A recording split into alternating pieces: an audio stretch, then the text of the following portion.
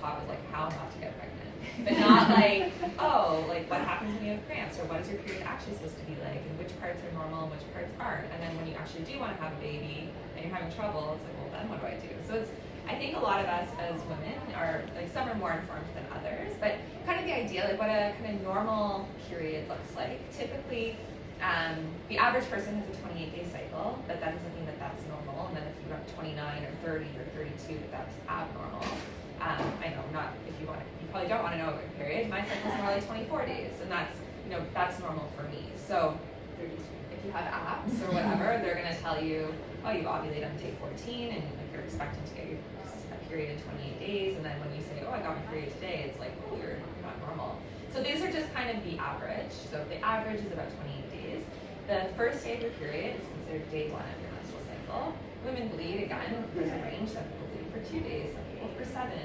So I would say somewhere maybe around 5 would be considered average. About halfway through your cycle is when you ovulate. And then you have another couple, usually a couple weeks or a couple days, depending on the length of your cycle, before you get your period again.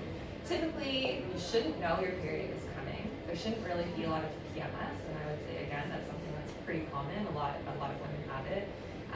There shouldn't be really any obvious signs or symptoms that your period's coming. You shouldn't have back pain for 3 days before, or, you know, debilitating mood swings where you're just like terrible to be around, or, you know, really unhappy. And then it should kind of start. You shouldn't have pain, you shouldn't have cramping, and it should be kind of a steady flow for that 5 days. So typically in my practice, when women are having cramps, they're also talking about the first 2 days of my period are like Niagara Falls, and it's crazy, it's super heavy, and then I get like nothing for 3 days.